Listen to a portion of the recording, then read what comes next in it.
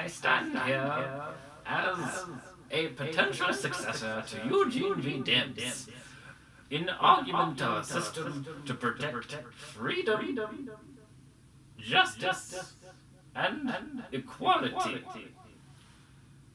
To argue for a system which makes all people supported, safe, secure, loved, and challenged. I stand here to put our country on a path of socialism now, socialism tomorrow, and socialism forever.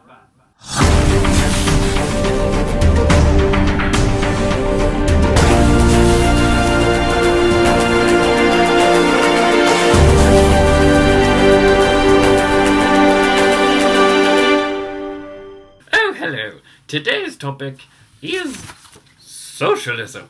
First off, the dictionary definition of socialism. This is according to Oxford English Dictionaries, oxforddictionaries.com, and it says that socialism is a system of organization which says that the means of production, distribution, and exchange shall be owned and operated by the community as a whole. One of my favorite authors, Friedrich Engels, the author of Socialism, Utopian and Scientific, wrote this in, I believe it was 1898, says that modern socialism is, in its essence, the direct recognition on the one hand of the class antagonisms exist in the society of today between proprietors and non-proprietors, between capitalists and wage workers. On the other hand, the anarchy existing in production. So that is the definition from Chapter 1 of Socialism, Utopian and Scientific. This man, Friedrich Engels, says that socialism is indeed this system, this acknowledgement of class divisions. He talks about, he talks in his book about the history of, in particular, the bourgeoisie class and the distinction between the bourgeoisie class, which is like the middle class, and the proletarians, the working class, or the wage earners, as he calls them, the wage workers. And so, we understand socialism as the conflict between these two classes, the bourgeoisie, who are the people who gained power from the French Revolution, and the proletariat, the working class, who are sort of the lower classes, who were the exploited class when the bourgeoisie rose up and took power. Now, class divisions are indeed in the root, according to Friedrich Engels, of sort of the problems of capitalism and society. They're at the root of inequality and injustice. So the way to solve these injustices and inequalities is to try to reduce the class divisions and class distinctions. Not an easy task. not an easy task, because, as Friedrich Engels says, he says that in order for socialism as the ideal to take hold, it's sort of an end result, resulting in the death of the state, that the state must die, which herein lies we come into the problem of communism, where communism is when people such as Mao Zedong and Joseph Stalin and Fidel Castro made an attempt to institutionalize socialism without the death of the state. They still had this existing bourgeoisie that was in power, this existing class that was in power, and had this existing system of class divisions, and yet tried to introduce the system of socialism, which is admirable to a certain degree, but not,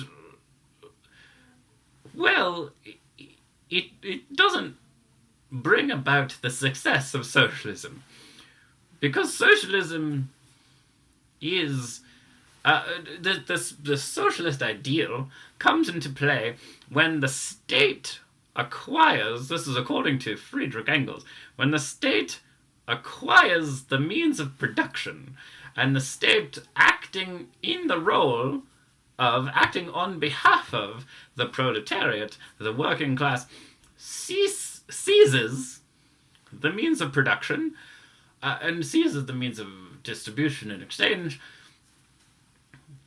so that the proletariat and the bourgeoisie, they're no longer classes, and there is no longer class, and there's no longer an oppressed class. So there's no longer an oppressed class. So there's no longer any need for the state to exist. So the state has, in effect, done its last act by seizing the means of production. And now, as I said earlier, this is not an easy task to bring about the socialist ideal. There are several different things which must take hold before the socialist ideal must be achieved. The first is economic, and brings into mind an article I read, which is actually the reason why I've decided to go into this expose on socialism. An article that I read saying that Alexandria Ocasio-Cortez has quoted Karl Marx, or paraphrased rather, Karl Marx, and one thing that he said about socialism and the means of production, sort of mirroring that to the times that we are living in now. Well, that's the reason why I've decided to delve into Friedrich Engels, who worked closely with Karl Marx. But Friedrich Engels says that economically, so long as the total social labor only yields a produce which but slightly exceeds that barely necessity for the existence of all, so long, therefore, as labor engages all, or almost all, the time of the great, or time of the great majority of the members of society, so long of necessity that society is divided into classes. So this is saying that as long as the economy and the means of production are producing just enough product for everyone, socialism cannot happen. So as long as our economy is producing enough product for everyone, socialism cannot happen. But when that stops, that is one of the things which can trigger the state seizing the means of production. And the class distinction, because there's not only those economic hurdles that we must jump over to get to the socialist ideal, there are also social hurdles, which are in some ways more difficult to come over. The first of which is that class distinction must become an obsolete anachronism. So our idea of class as we see it must become obsolete. So we must not have any division between proletarian, bourgeoisie, and upper classes. This idea of these divisions must be obsolete. We must have the idea that we're all human, or in this country, that we're all American. So we all deserve opportunity to succeed and opportunity to live together and live equally as one. And I would add in to those class divisions, I would add racial divisions and gender divisions and sexual orientation divisions. So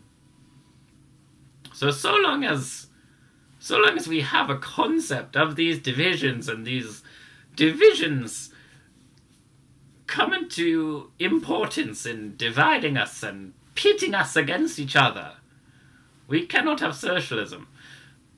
We cannot have the socialist ideal, which it's going to be a very long time before that happens, before we can have these distinctions become obsolete, and become obsolete anachronisms, become figments of the past.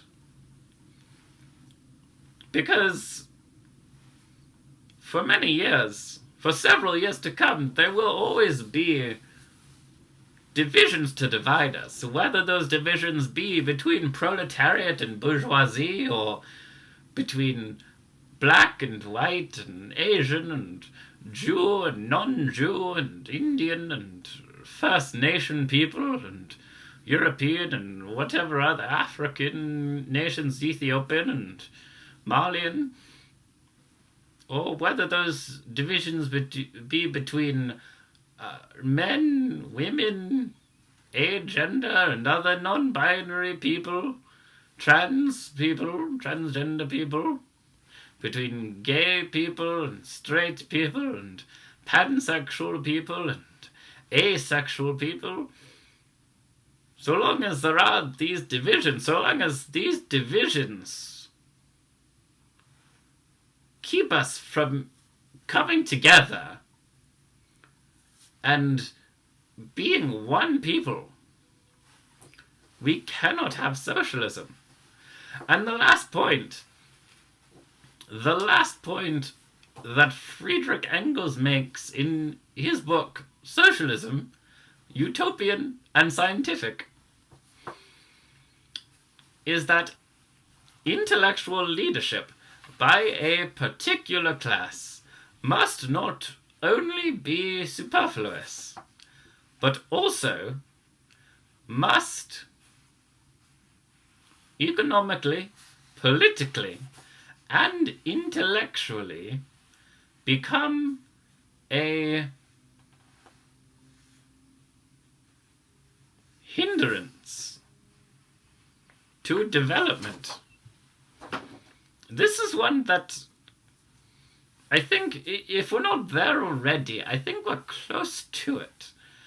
If we're not there already. I think we're close to the intellectual class being a hindrance to our own development as a society. That it is this current iteration of the Republican Party in particular, and President Poopyhead specifically, and that sort of wing of things, that are leading this certain class of people who are in power to be economically, politically, and intellectually a hindrance to our development as a society.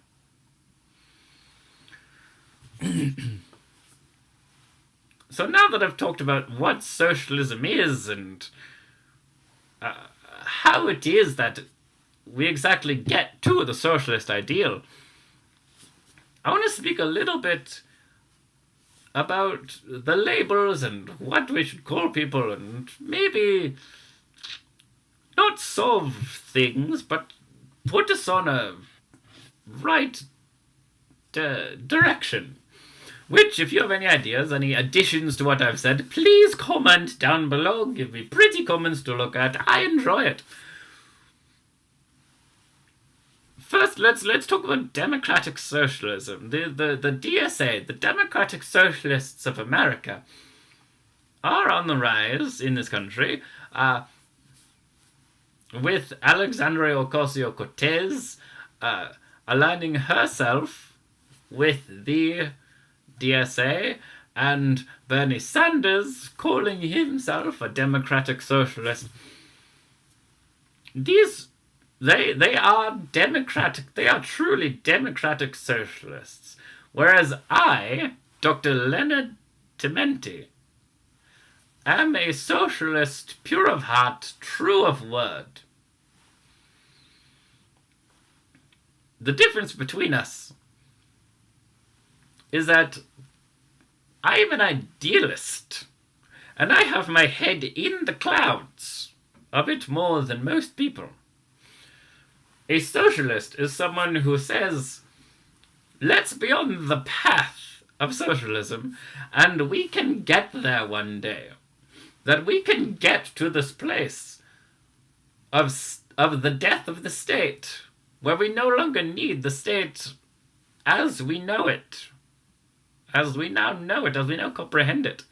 That we can, it may take us a long time, it will take us a long time, but we can eventually get there. A democratic socialist says, you know what? It's not the destination of the ideal. It's the path and the things that we can do right now to help our people, which are good enough. And we don't need the death of the state, because the state can still play a role. The state should still play a role. This is what democratic socialists say. The democratic socialists don't believe that there needs to be the death of the state. Socialists like myself believe that in order to get to the ideal, we need the state to die. We need the death. We need the phoenix moment for the state. We need the state to burn in the flames and be reborn out of the ashes and rise. To be this different thing, this thing that we haven't conceived of yet. And democratic socialists are on the path. They are on their way. They believe that the journey is more important, that helping our people right now and making sure that the state is the best that it can be now. Because democratic socialists believe that the markets and the state and the people can all work together congruently and concurrently in order to make a better society. So that is the difference between a democratic socialist and a full-blown, all-out socialist, such as myself. So, if you see, my head is further in the clouds than even a Bernie Sanders or an Alexandria Ocasio-Cortez. I am in the company of one John Lennon, with whom I have shared many a joint.